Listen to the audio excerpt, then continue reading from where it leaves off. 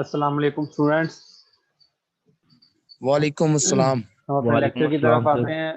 Last lecture में हमने different concept of measurement of GDP study किए थे,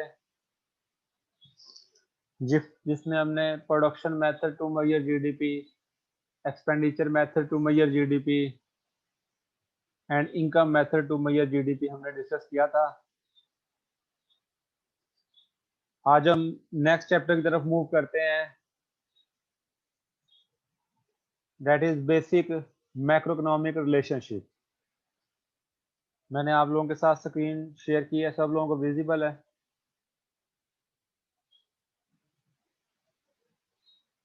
विजिबल है बेटा आप सब लोगों को? Yes, sir. जी sir. Yes sir. Alright, last lecture से रिलेटेड कोई क्वेश्चन है आप लोगों का तो पहले आप मुझसे पूछ सकते हैं, देन हम अपना चैप्टर जो है नेक्स्ट कंटिन्यू करते हैं। है कोई क्वेश्चन आपका लास्ट लेक्चर से रिलेटेड? Okay, alright. सर जी बेटा, सर जी, जो हमारी पर्सनल इनकम होती है उसमें हम इंटरेस्ट को ऐड करते हैं या माइनस करते हैं? अगर पॉजिटिव में हो इंटरेस्ट, मतलब आपने रिसीव किया है तो ऐड करेंगे, और अगर आपने इंटरेस्ट पे किया है तो माइनस करेंगे। मतलब पॉजिटिव नेट सर जिस तरह लास्ट टाइम जो जो है वो पॉजिटिव में है तो ऐड करेंगे, नेगेटिव में है तो माइनस करेंगे। आप अगर असाइनमेंट से रिलेटेड बात करना चाह रहे हैं तो मैं करेक्ट असाइनमेंट आप लोगों के साथ बहुत जल्द शेयर कर दूंगा। चलिए ठीक है सर, थैंक यू। ऑलराइट, हम अपने टॉपिक की तरफ आते हैं, basic macro economic relationship. First topic is consumption function. The relationship between consumption and disposable income is called consumption function. Consumption के बारे में आप समझते हैं, कंजम्पशन मतलब जो हम गुड्स एंड सर्विसेज पे अखराजात करते हैं। आप कोई ड्यूरेबल गुड्स परचेज करते हैं या आप कोई नॉन ड्यूरेबल गुड्स परचेज करते हैं, तो इन पे जो आप लोगों की स्पेंडिंग होती है, दिस इज कंजम्पशन। आप कोई सर्विसेज अवेल करते हैं, कोई डॉक्टर की सर्विसेज अवेल करते हैं, या आप किसी मैकेनिक की सर्विसेज अवेल करते हैं, तो उस पे आप जो स्पेंडिंग करते हैं, that is consumption. Second variable is disposable income. Income after paying taxes is called disposable income. Income after paying taxes is called disposable income. अगर आप इनकम जो है उसमें से टैक्सेस को माइनस कर दें तो जो बच जाएगी वो है डिस्पोजेबल इनकम। यहाँ पे इस फंक्शनल रिलेशनशिप में आप देख सकते हैं, disposable income is a independent variable while consumption is a dependent variable. Consumption depends upon the level of disposable income. So the relationship between consumption and disposable income is called consumption function. इन दो variables के दरमियान जो relationship है उसको हम consumption function बोलते हैं। And here you can see that consumption depends upon disposable income.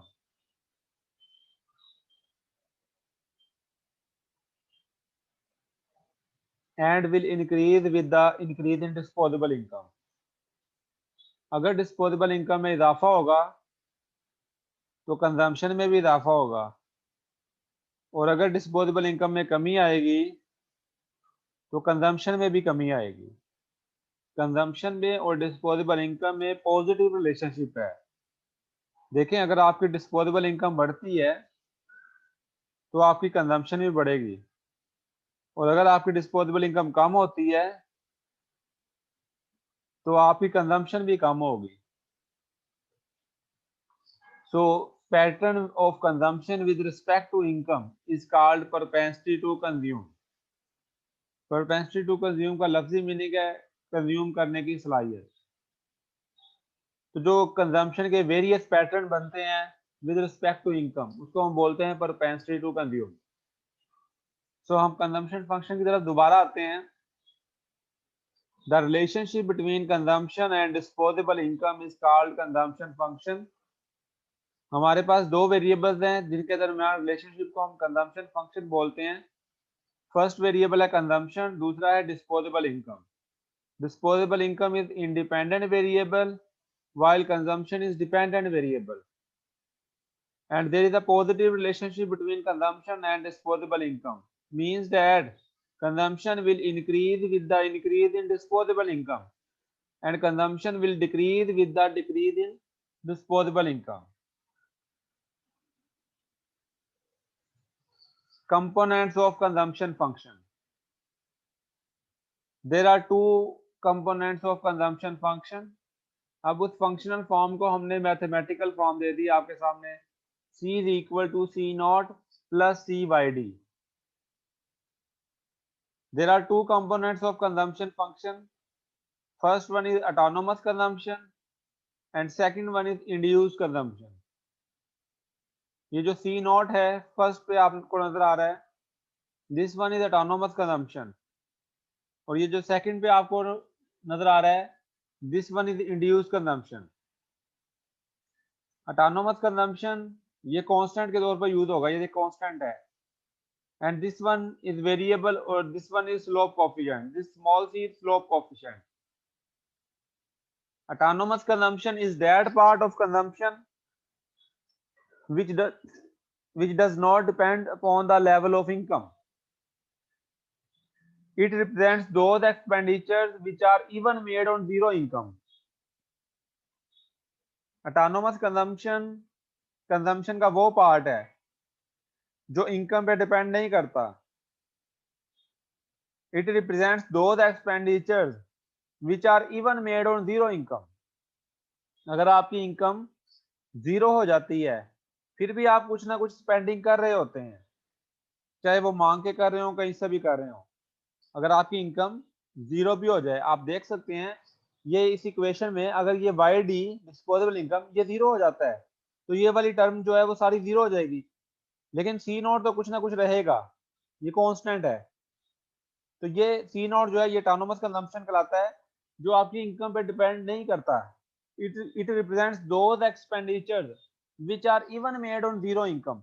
अगर आपकी इनकम जीरो हो जाती है फिर भी आप कुछ ना कुछ स्पेंडिंग कर रहे होते हैं, उसको जाहिर करता है ऑटोनोमस कंजम्पशन. अगर आपकी इनकम जीरो हो जाती है उसके बावजूद आप कुछ ना कुछ कंज्यूम कर रहे होते हैं, उसको जाहिर करता है autonomous consumption. Autonomous consumption is that part of consumption which does not depend upon the level of income. It represents those expenditures which are even made on zero income. Second component of consumption function is induced consumption, C by D. Induced consumption is that part of consumption which depends upon the level of income. Induce consumption का वो component है जो income पे depend करता है, and will increase with the increase in income, और income के increase होने के साथ वो बढ़ता है. आप देख सकते हैं कि यहाँ पे अगर इनकम बढ़ती जाएगी, यहाँ पे इनकम अगर इंक्रीज होती जाएगी तो ये स्मॉल सी से मल्टीप्लाई होता जाएगा. स्मॉल सी जो है ये स्लोप कोएफिशिएंट है, जितना भी है इनकम बढ़ेगी, यहाँ पे पॉजिटिव साइन है जो ये रिप्रेजेंट कर रहा है, तो कि उससे कंजम्पशन भी बढ़ती जाएगी. So induced consumption is that part of consumption which depends upon the level of income and will increase with the increase in income. In short, आप ये कह सकते हैं कंजम्पशन फंक्शन के दो कंपोनेंट है, एक है ऑटोनोमस कंजम्पशन और दूसरा है इंड्यूस्ड कंजम्पशन. ऑटोनोमस कंजम्पशन ये कंजम्पशन का वो हिस्सा है जो इनकम पे डिपेंड नहीं करता, और इंड्यूस्ड कंजम्पशन ये कंजम्पशन का वो हिस्सा है जो इनकम पे डिपेंड करता है. नेक्स्ट हम मूव करते हैं कंजम्पशन फंक्शन से related average propensity to consume. Average propensity to consume, the ratio of consumption to income is called average propensity to consume. The ratio of consumption to income is called average propensity to consume. Average propensity to consume is equal to consumption over income. Average propensity to consume का formula है consumption over income. अगर आप consumption को income पे divide कर देते हैं तो उससे एवरेज प्रोपेंसिटी टू कंज्यूम निकल आएगा। So you can define the average propensity to consume as the ratio of consumption to income is called average propensity to consume. APC is equal to C over Y. Basically ये इससे average propensity to consume ये जाहिर करता है कि आप अपनी income का एवरेज कितना हिस्सा जो है वो खर्च करते हैं। For example, your income is 10,000 and your consumption is 8,000.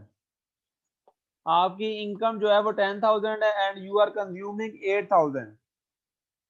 So average propensity to consume is equal to 8,000 divided by 10,000। Sir ये प्रोपेंसिटी का बता देना। वही बता रहा हूँ, और क्या बता रहा हूँ बेटा। पर स्पेसिफिक प्रोपेंसिटी का मतलब नहीं बता। वो इंग्लिश वाले टीचर से पूछना। और मजाक आप कर रहा हूँ बता बेटा, दें। मजाक कर रहा हूँ। मैंने स्टार्ट में बताया था propensity to consume. Propensity to consume का मतलब है कंज्यूम करने की सलाहियत। ठीक है, लफ्जी मीनिंग की तरफ अगर आ जाए, हम इंग्लिश टीचर बन जाता हूँ थोड़ा सा। एवरेज, एवरेज का मतलब है औसत है। एवरेज का पता है ना। प्रोपेंसिटी का जी मतलब इसका है पता ही है। सलाहियत। प्रोपेंसिटी का मतलब है सलाहियत, कंज्यूम खर्च करने की सलाहियत है, तो औसतन खर्च करने की सलाहियत। तो काफी डेफिनेशन इस वर्ड से जो है आप लोगों को क्लियर हो जाएगी। So the ratio of consumption to income, अगर आप कंजम्पशन को इनकम पे डिवाइड कर दें तो निकल आएगा कि आप अपनी इनकम का औसतन कितना हिस्सा खर्च करते हैं। ठीक है बेटा, क्लियर है ना। हम अपनी इनकम का औसतन कितना हिस्सा खर्च करते हैं, तो ये आ जाएगा average propensity to consume.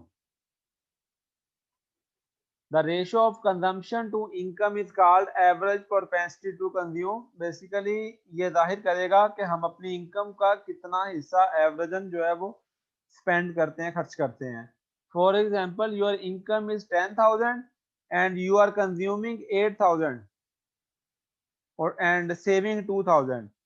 So average propensity to consume will be 8,000 divided by 10,000 consumption over income. So the answer is 0.8. It means that you are consuming 80%. Your average propensity to consume is 80%. मतलब आप अपनी income का 80% जो है वो consume कर रहे हैं। Is it clear? किसी को प्रॉब्लम यहां तक कोई?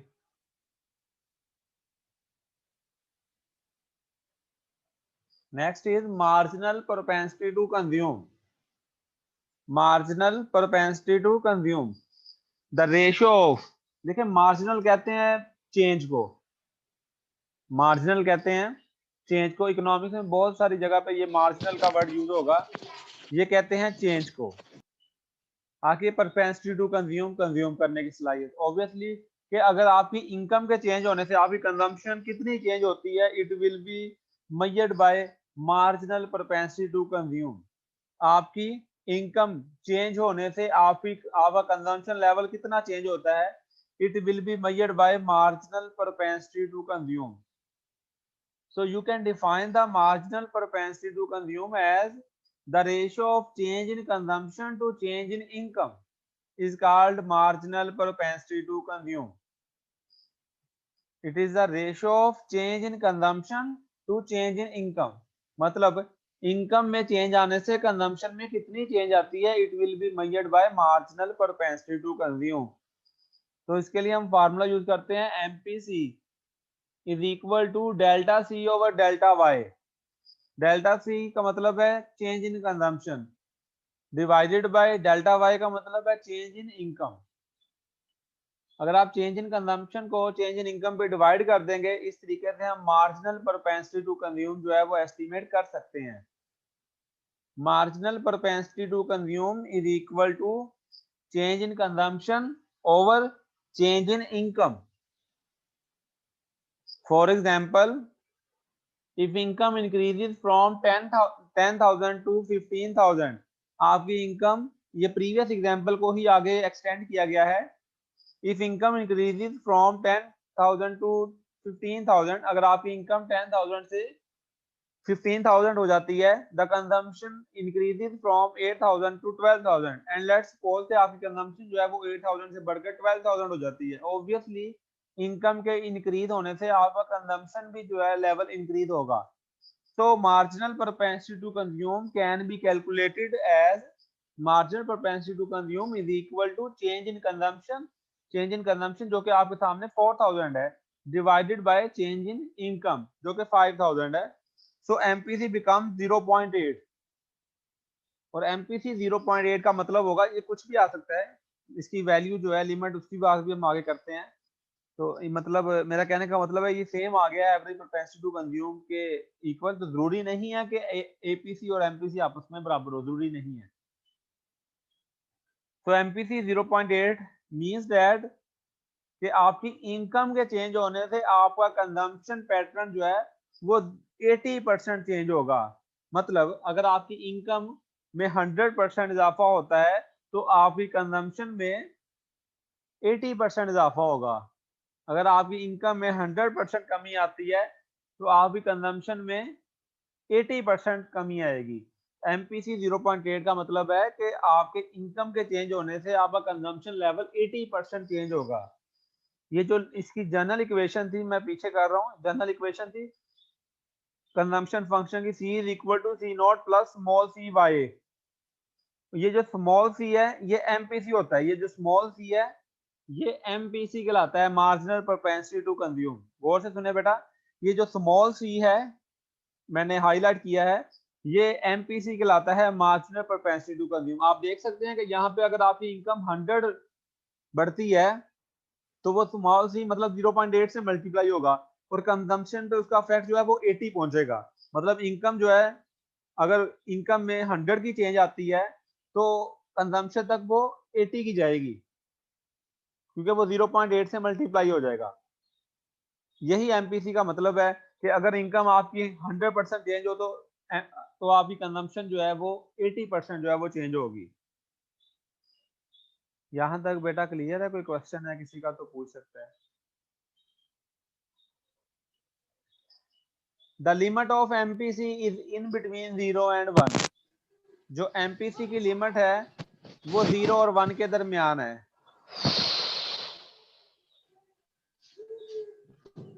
बेटा माइक ऑफ कर लें सब लोग, इतना तो आप कर सकते हैं ना, थोड़ा डिस्टर्ब ना किया करें क्लास को। The limit of MPC is in between 0 and 1। MPC की जो लिमिट है वो 0 और 1 के दरमियान है। This is named as a Keynesian psychological law of consumption. Keynesian psychological law of consumption के मुताबिक एमपीसी की जो लिमिट है वो 0 और 1 के दरमियान है। मैं इसको एक्सप्लेन करता हूँ कि ये कैसे 0 और 1 के दरमियान है। देखिए एमपीसी 0 भी नहीं हो सकता और 1 भी नहीं हो सकता, इसके दरमियान होगा, ये कह रहा है Keynesian psychological law of consumption. MPC 0 होने का क्या मतलब है? लेट्स सपोज एमपीसी 0 होने का मतलब क्या है, इस फिर जब मतलब क्लियर हो जाएगा तो हम कह सकेंगे कि एमपीसी जो है वो 0 क्यों नहीं हो सकता। एमपीसी 0 का मतलब है, नहीं बेटा जीरो कंजम्पशन बिल्कुल भी नहीं। एमपीसी जो है वो कंजम्पशन को मेजर ही नहीं कर रहा है, वो चेंज इन कंजम्पशन को मेजर कर रहा है। ओके, तो चेंज इन कंजम्पशन 0 होगी। आपकी इनकम के चेंज होने से आपकी कंजम्पशन चेंज नहीं हो रही, देन एमपीसी जो है वो 0 के इक्वल बनता है। अगर आपकी इनकम चेंज होती है और उस पर कंजम्पशन आपकी चेंज नहीं होती, देन एमपीसी जो है वो 0 बनता है। तो Keynesian psychological law of consumption के मुताबिक ऐसा पॉसिबल नहीं है। इनकम चेंज हो तो आपका कंजम्पशन पैटर्न कहीं ना कहीं जरूर चेंज हो जाएगा। साइकोलॉजिकल तौर पर यह कंसेप्ट है कि आपकी अगर इनकम बढ़ती है तो अगर आप कंजम्पशन नहीं भी इंक्रीज करना चाहते तो आपका कहीं ना कहीं लेवल, आप कोई अच्छी चीजें पसंद करेंगे, कोई शॉपिंग अच्छी करेंगे, या कहीं ना कहीं आपका कंजम्पशन लेवल जो है वो जरूर इंक्रीज कर जाता है। तो जो एमपीसी है वो 0 नहीं हो सकता। मतलब इनकम के चेंज होने से चेंज इन कंजम्पशन जो है वो 0 नहीं हो सकती, आपका कंजम्पशन लेवल कोई कहीं ना कहीं जरूर चेंज होगा। इसी तरह एमपीसी जो है वो 1 नहीं हो सकता। 1 का क्या मतलब है? MPC 1 कब होगा बताएंगे आप? सो गए consumption is equal to income. नहीं बेटा, मैंने पहले भी आपकी ही मिस्टेक निकाली है, दोबारा भी आपकी निकाल रहा हूँ। Change in consumption is equal to change in consumption. बेटा एमपीसी जो है वो चेंज इन कंजम्पशन और चेंज इन इनकम को मेजर करता है बेटा, दोनों में चेंज को मेजर करता है। जो सिंपल कंजम्पशन और इनकम को मेजर कर रहा है वो एपीसी है, एवरेज प्रोपेंसिटी टू कंज्यूम। तो अगर चेंज इन इनकम और चेंज इन कंजम्पशन दोनों आपस में सेम हो देन एमपीसी 1 बनता है। मतलब कि इनकम में जितनी चेंज आई उतनी ही कंजम्पशन में चेंज आ जाए। 10,000 इनकम में इजाफा हुआ है तो 10,000 ही कंजम्पशन में इजाफा हो जाए। 10,000 इनकम में इजाफा हुआ है तो उससे 10,000 ही जो है वो कंजम्पशन में इजाफा हो जाए, तब जो है वो एमपीसी जो है वो इक्वल टू 1 होगा। अब देखें केंद्रीय साइकोलॉजिकल लॉ ऑफ कंजम्पशन के मुताबिक अगर आपकी इनकम जो है वो चेंज होती है तो उससे कंजम्पशन का लेवल चेंज जरूर होता है, लेकिन ऐसा नहीं होता कि जितनी इनकम बढ़े उतनी ही कंजम्पशन बढ़ जाए। द रीजन इज दैट लोग सेविंग करना स्टार्ट कर देते हैं। इनकम बढ़ने से कंजम्पशन बढ़ती जरूर है लेकिन उसी रेट से नहीं बढ़ती जिस रेट से इनकम बढ़ी है। मतलब इनकम में अगर 10,000 का इजाफा हुआ है तो कंजम्पशन में भी इजाफा होगा, लेकिन जरूरी नहीं कि 10,000 का ही इजाफा हो, उससे कम का इजाफा होगा क्योंकि लोग सेविंग करना भी स्टार्ट कर देंगे। सो एमपीसी जो है वो 1 के इक्वल भी नहीं हो सकता। So according to Keynesian psychological law of consumption will increase with the increase in income but not at the same rate. According to Keynesian psychological law of consumption will increase with the increase in income, but not at the same rate. Consumption जो है वो income के increase होने के साथ increase होती है, but not at the same rate. It means the limit of MPC is in between 0 and 1. बेटा क्लियर है सब लोगों को ये पॉइंट? किसी को कोई कंफ्यूजन है तो वो मुझसे पूछ सकता है।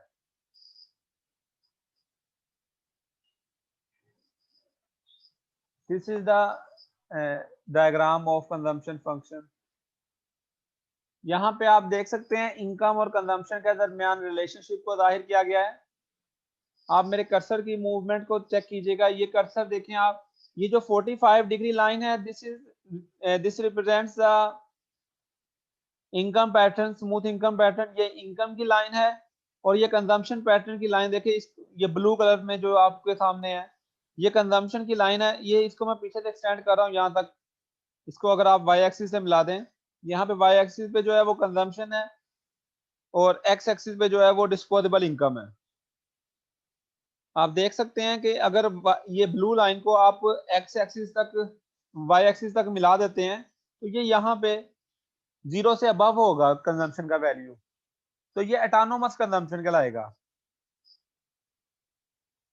आप देख सकते हैं कि ये ब्लू कलर की लाइन को अगर हम वाई एक्सिस तक एक्सटेंड कर दें, ब्लू कलर की लाइन को अगर हम वाई एक्सिस तक एक्सटेंड कर दें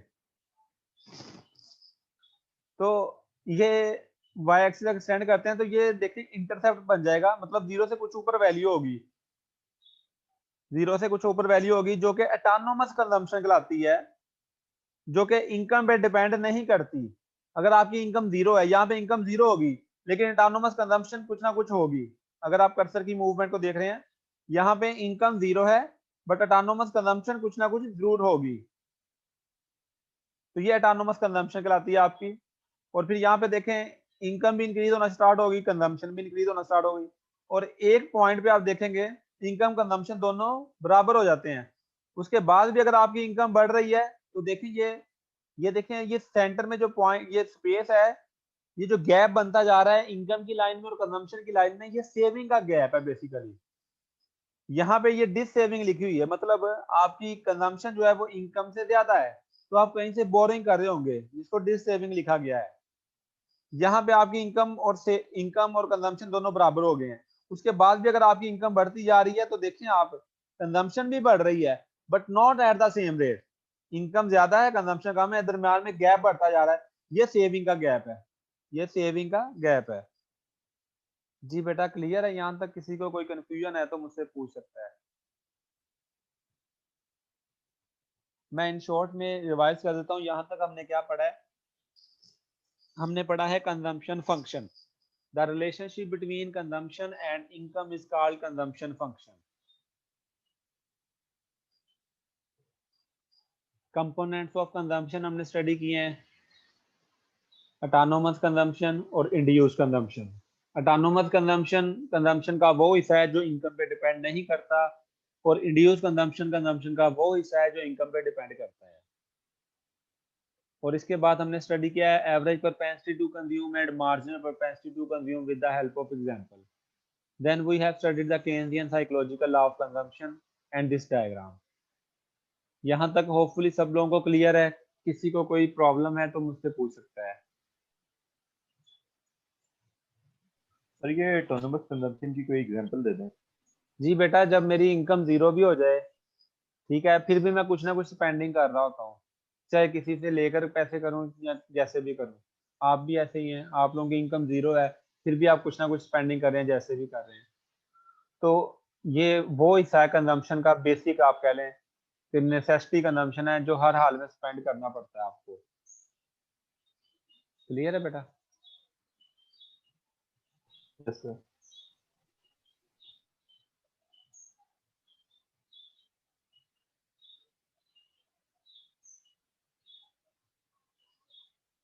जी बेटा, हम एक सेशन कंप्लीट करते हैं अपना, और 15 मिनट्स की आप बेटा ब्रेक कर लें। एग्जैक्ट मैं टाइम देखूँ,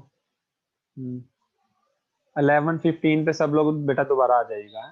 मैं दोबारा आपसे लिंक शेयर कर दूंगा, तो फिर हम अपना नेक्स्ट सेशन जो है वो स्टार्ट करते हैं।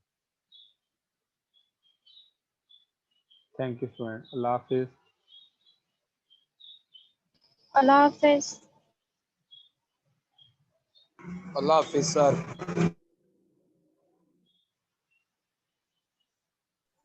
चलो भी चाह का वक्फा आ गया, सारे भी रोटी छोटी खाओ, बेटा पानी शानी बेटा पियो। बेटा ऐसे ना आप बोलें, ठीक है? आप यूनिवर्सिटी के स्टूडेंट हैं, थोड़ा इंसानों की तरह बिहेव करें। अगर इंसानों में आ ही गए हैं तो ये जानवरों वाली हरकतें जो है ना बेटा ना करें। Thank you so much.